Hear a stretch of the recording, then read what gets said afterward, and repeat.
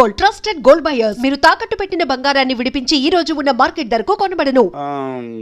అంటే సిచ్యుయేషన్కి తగ్గట్టుగా ఉమ్, అక్కడ మరి మూవీలో సిచ్యుయేషన్ తగ్గట్టుగా ఆయన మ్యూజిక్ చేయడం జరిగింది. చాలా మార్పులు జరిగినాయి. ఉమ్, వేరే వేరే రకంగా ఉండేది. ముందు ఏదోదో అనుకున్నారు లైన్స్, ఉమ్, అది హిందీ వర్డ్స్ అనుకున్నారు. తర్వాత ఆయన కొంచెం ఈ బీట్ కాకుండా ఇంకో బీట్లో చేసినారు. అయితే చేంజ్ ఉండే, ఉమ్, అది మళ్ళీ మార్చినారు. ఉమ్, కరెక్ట్గా సిచ్యుయేషన్ సింక్ అయ్యేటట్టుగా ఉమ్, మ్యూజిక్ రావడం జరిగింది.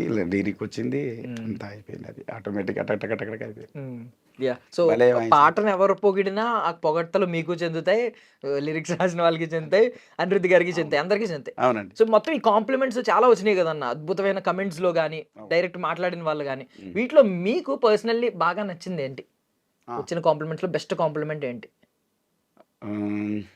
బెస్ట్ అంటే ఇంక అందరు కూడా ఎక్కడ నాకు మ్యాక్సిమం నేను చూసిన ఉమ్, ఎక్కడా నన్ను అదేంది తిట్టినట్టు కానీ okay, లేదు. లేకపోతే ఇంకో రకంగా కానీ ఇంకో రకంగా ఏం ఇవ్వరు అనిలే పాపం. ఉమ్, చాలా అందరు కూడా పాజిటివ్ వేలోనే ఉమ్, చింపేసావు, అత్తరు కొట్టేసావు, ఉమ్, పగల కొట్టేసావు, అది మంచి అందరు కూడా అదే రకంగా చేసినారు. ఉమ్.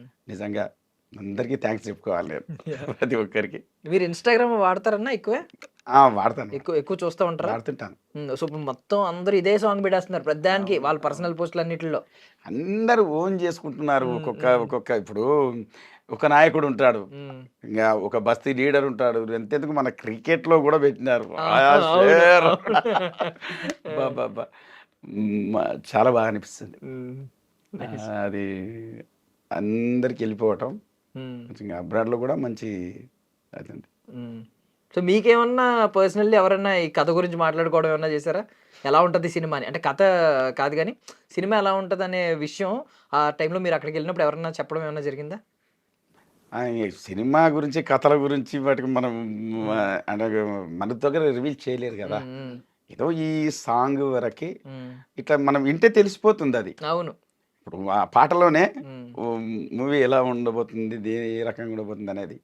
అదే ఒక అణచబడ్డ జాతి కోసం పోరాటం చేస్తున్న నాయకుడి కథ. ఎలాగో కాకి చెప్పారు, కాకి ఇక్కడ ఒక టాటూ కనిపించింది, ఆ టాటూ వేయించిన వ్యక్తిని ఒకరిని చూపించారు. కథ అర్థమవుతుంది, ఏంటో కథ ఏంటో అర్థమవుతుంది నిజంగా. అసలు అదే ఇది ఇప్పుడు ఇప్పుడు తెలుగులో అటు హిందీలో కూడా బ్రహ్మాండంగా అసలు సక్సెస్ అవుతుంది. సాంగ్ మంచిగా చేసినారు. ఇప్పుడు హిందీలో మీరు పాడారా? మీరు పాడా. హిందీలో కూడా మీదేనా వాయిస్? హిందీ తెలుగు రెండు నేనే ఓకే, నేను తెలుగు ఒకటే అనుకుంటున్నాను. కాదు, హిందీ పాడా. మామూలు హిందీ వచ్చానా బాగా, హైదరాబాదీ కాబట్టి. హైదరాబాద్ లో ఉన్న వాళ్ళం, మనకు హిందీ అప్పుడప్పుడు మాట్లాడుతుంటాము, చేస్తుంటాం కాబట్టి ఇబ్బంది ఏమనిపించలేదు. హిందీ వాళ్ళ కమెంట్లు ఏమన్నా చూసారా? హిందీ వాళ్ళు కూడా అచ్చా హై ఓ హై వాళ్ళు కూడా. లేదు, హిందీ లిరిక్స్ పాడండి ఒకటి, ఏమన్నా చిన్న చిన్న చరణం ఏదైనా పాడండి ఒక. లేదు అది సేమ్ ఆయా షేరే అది కొన్ని. కాకపోతే జట్టులో భాయ్ అనేది మన జడలు హోయ్ ఉంది అట్లా అన్నమాట. అది ఎట్లంటే యాక్చువల్లీ ఆ రోజు నాకు లిరిక్ ముందే పంపలేదు. అక్కడ స్క్రీన్ పెట్టినారు, స్క్రీన్ మీద సాంగ్ వచ్చింది, చూసుకుంటూ పాడినాం అనమాట. అక్కడే ఇంకా మనకి అంటే ఏం ఇబ్బంది లేకుండా పోయింది. మనకు వేరే వేరే లాంగ్వేజ్లో అంటే కొంచెం కష్టం, మనకి హైదరాబాద్ కాబట్టి హిందీ ఇబ్బంది లేకుండా. నార్మల్లీ ఇప్పుడు మన ఇండియాలో బిగ్గెస్ట్ ఇండస్ట్రీస్ రెండే, మన తెలుగు హిందీ, రెండిట్లో పాడేశారు. వెళ్ళిపోయినట్టేనా అప్పుడు ఇండస్ట్రీలో అడుగు పెట్టినట్టేనా? మీరు అడుగు పెట్టినట్టే ఇక్కడ నుంచి వినొచ్చా పాటలు ఎక్కువ సినిమాల్లో? అది మన మీద మనకేం తెలుసు. సరే, మన వాయిస్ ఎవరెవరికైతే నచ్చుతో వాళ్ళు పెట్టుకుంటారు. ఇంకా లేకపోతే మన వ్యవస్థ మనకుంది, అంతే కదా. మరి కొన్ని ఏళ్ళ చరిత్ర మనకు. అప్పటి నుంచి కూడా ఎంతో మంది కళాకారులు మన దగ్గరకు వస్తున్నారు. ఎప్పుడు నాకు ఒక 20-25 మంది టీం ఉంటుంది, ఎప్పటికి ఉంటుంది నాకు. ఏ కార్యక్రమానికి వెళ్ళిపోతుంటాం, చేసుకుంటాం, హ్యాపీగా బతుకుతాం. ఇక్కడ నుంచి ఏమన్నా కార్యక్రమాలు పెట్టినప్పుడు బయట ఈ పాట అందులో ఉంటుందా ఖచ్చితంగా? ఆయేషేర్ ఇక ఊరుకుంటారా? ఒకటి హోలీ పండుగ రోజు అడిగారు, అన్నా ఆయాషేర్ ఏటమే పాట వేగితే అక్కడ ఫుల్ ఎంజాయ్ బాగా చేసినారు అందరు. Super super. సో ఈ రోజు జానపద గీతానికి వచ్చిన ప్రాముఖ్యత, ఐ మీన్ ఎంత ప్రయారిటీ ఇస్తున్నారనేది చూస్తే హ్యాపీగా ఉంది. ఇప్పుడు ఎందుకంటే ఇప్పుడు బయట నీవు వాస్తవం చెప్పినట్టు సినిమా పాటల కంటే ఈ జానపద ఉమ్, గీతాలకు ఫోక్ సాంగ్స్కే అవును. అసలు ఎక్కువ వ్యూస్ కానీ అసలు మంచి ఆదరణ ఉంది. యూట్యూబ్ అసలు ఇవాళ కన్నతల్లి యూట్యూబ్ నిజంగా ఫోక్ సింగర్స్ అందరికి ఫోక్ అసలు సాంగ్స్. మంచి లైఫ్ ఇచ్చింది. యూట్యూబ్లో మంచి కొత్త కొత్త వాళ్ళు మంచిగా డాన్స్ చేస్తున్నారు, పాడుతున్నారు అని ఫోక్ అట్లా వెళ్ళిపోయింది అనుకోండి. ఇప్పుడు అంతే ఇంకో ప్రతి సినిమాలో కూడా ఇది లేకపోతే నడతలేదు నిజమన్నా. కదా. కరెక్ట్. ఒకప్పుడు ఎంటర్ కావాలే జానపదం అంటేనే, ఒక ఫోక్ సాంగ్ అంటేనే కొంచెం ఇబ్బందిగా ఉండే, మారింది. దానికి అసలు ఒక సాంగ్ అన్న పెడుతున్నారు, ఎక్కడో ఒక దగ్గర మనకి ఫోక్ సాంగ్ని పెట్టేస్తున్నారు. కరెక్ట్. మీకు రాము రాథోడ్ అనే వ్యక్తి రాను బొంబాయికి రాను ఒక్క సాంగ్ పాడిన తర్వాత బిగ్ బాస్ వెళ్ళారు, బయటకు వచ్చి మళ్ళీ ఒక సినిమాలో పాట మెయిన్ పాట పాడారు, స్టార్ అయిపోయారు ఒక్క సాంగ్. అంతే కదా. అది ఇప్పుడు అంతే అక్కడ సిచ్యుయేషన్ సింక్ అయింది. ఆ అబ్బాయికి, ఆ హీరోకు, ఈ అబ్బాయి గొంతుకు బాగా సెట్ అయిపోయింది అది కదా. కరెక్ట్. అంతే. సో మీరు చూసిన రోజుల్లో ఎలా ఉండేదన్న ఫోక్ సాంగ్ ఉన్న ఆదరణ ఎలా ఉండేది, అసలు సినిమా వాళ్ళు చూసే విధానం ఎలా ఉండేది? మీరు నమ్ముతారో లేదో, ఒక 1 monthలో ఒక 15 నుంచి 20 ప్రోగ్రామ్స్ దాకా చేశాను నేను. ఫోకే ఇంకా ఓకే, నెలలో 30 రోజుల్లో 20 రోజులు ప్రోగ్రామ్. నేను అట్లా చేసుకుంటూ వచ్చినటువంటి వాళ్ళం అనమాట. జానపదం ఎప్పుడు స్టార్టింగ్ నుంచి కూడాను అది ప్రజల్లో ఆదరణ అలా ఉండేది. మనం ప్రెజెంటేషన్ బట్టి మనకు ప్రోగ్రామ్స్ ఉంటాయి అంతే. ఇప్పుడు అవునా ఒక ప్రోగ్రామ్ పెట్టుకుంటారు, ఒక జానపద కార్యక్రమం పెట్టుకుంటారు, వాళ్ళు నచ్చిందంటేనే కదా పెడతారు.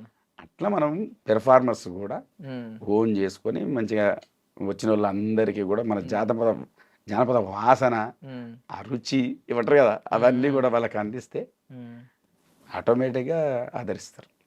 సినిమా వాళ్ళు ఎలా చూసేవారు అప్పట్లో? సినిమాల్లో పాటలు అసలు కరువు అయిపోయాయి. అసలు ఫోక్ సాంగ్ అనేది ఎప్పటి నుంచి వచ్చినాయి అంటే రీసెంట్గానే ఒక 5 ఏళ్ళు వెనక నుంచి వస్తే కరెక్ట్గా స్టార్ట్ అయినాయి మంచి మంచిగా. ప్రతి సినిమాలో ఒక సాంగ్ పెట్టడం, మీకు ఈవెన్ మ్యూజిక్ డైరెక్టర్లు కూడా అయ్యారు. బీమ్స్ గారు కానీ, బీమ్స్ అనుకోండి. ఇంకా మీరు ఇప్పుడు 30 ఏళ్ళు వెనక్కి వెళ్ళారు అనుకోండి, అప్పుడు ఎలా ఉండేది సినిమా వాళ్ళకి అసలు ఫోక్ సాంగ్స్ కి? లింకే లేకుండా ఉండే నిజంగా. ఉన్నా కూడా కొంచెం అట్లా టచ్ చేసి వదిలిపెట్టేవారు. పూర్తి పాట పెట్టినడం కాదు కానీ ఇంకా ఉన్నాయి. మళ్ళీ ఘంటసాల వాళ్ళ పీరియడ్లో అక్కడక్కడ కొన్ని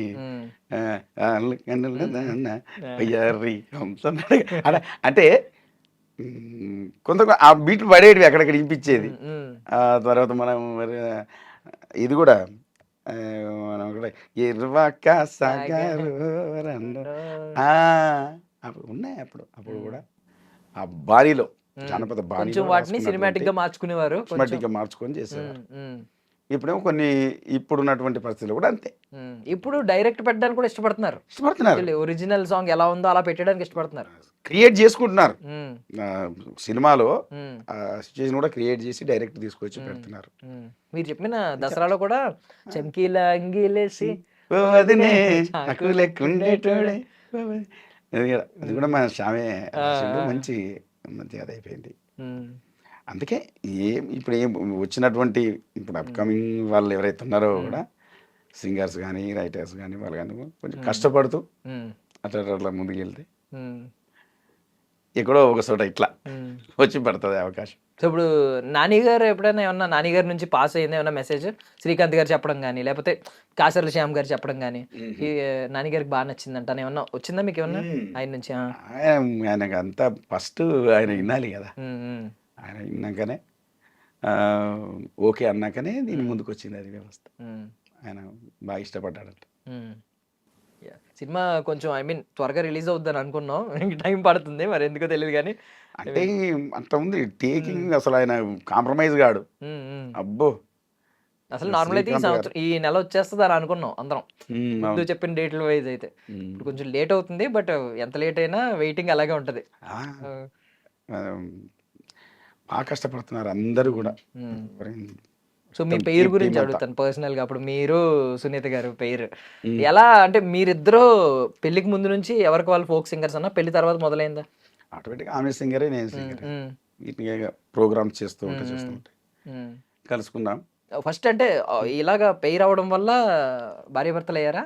సింగర్స్ ఇద్దరు ఒక చోట ఎక్కడ చోట పాట పాడి అలా భార్య భర్తలు అయ్యారా? అంతే ఎలా? అంతే. ఆ. ఆమె సింగర్ కాబట్టే. ఉమ్, సింగర్ కాబట్టి చేసుకున్నాం. ఉమ్.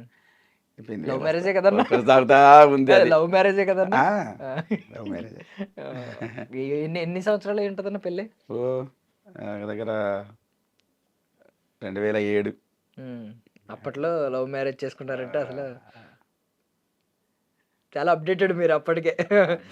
అప్డేట్ అండి కానీ ఉమ్, ఇంక అప్పటి నుంచి కూడా ఇంకా ఈ ఒక కళ అంటే పిచ్చి ఉమ్, అంతే. చిన్నప్పటి నుంచి మనము ఉమ్, ఆడుతూ పాడుతూనే వచ్చినాం. ఉమ్, ఈ మనం గ్రామాల్లో ఉండేటువంటి కోలాటాలు, ఉమ్, బొడ్డెమ్మలు అట్లా అట్లా అనుకుంటూనే ఉమ్, ఆడుకుంటూ పాడుకుంటూనే వచ్చినాం మనం. ఉమ్, ఇటు స్టడీ, ఇటు ఇది రూటు, ఉమ్, ఉమ్, కల్చరల్ రూటు రెండు అట్లా తీసుకొని వచ్చి ఉమ్. కల్చరల్గా పడిపోయాను మొత్తానికి.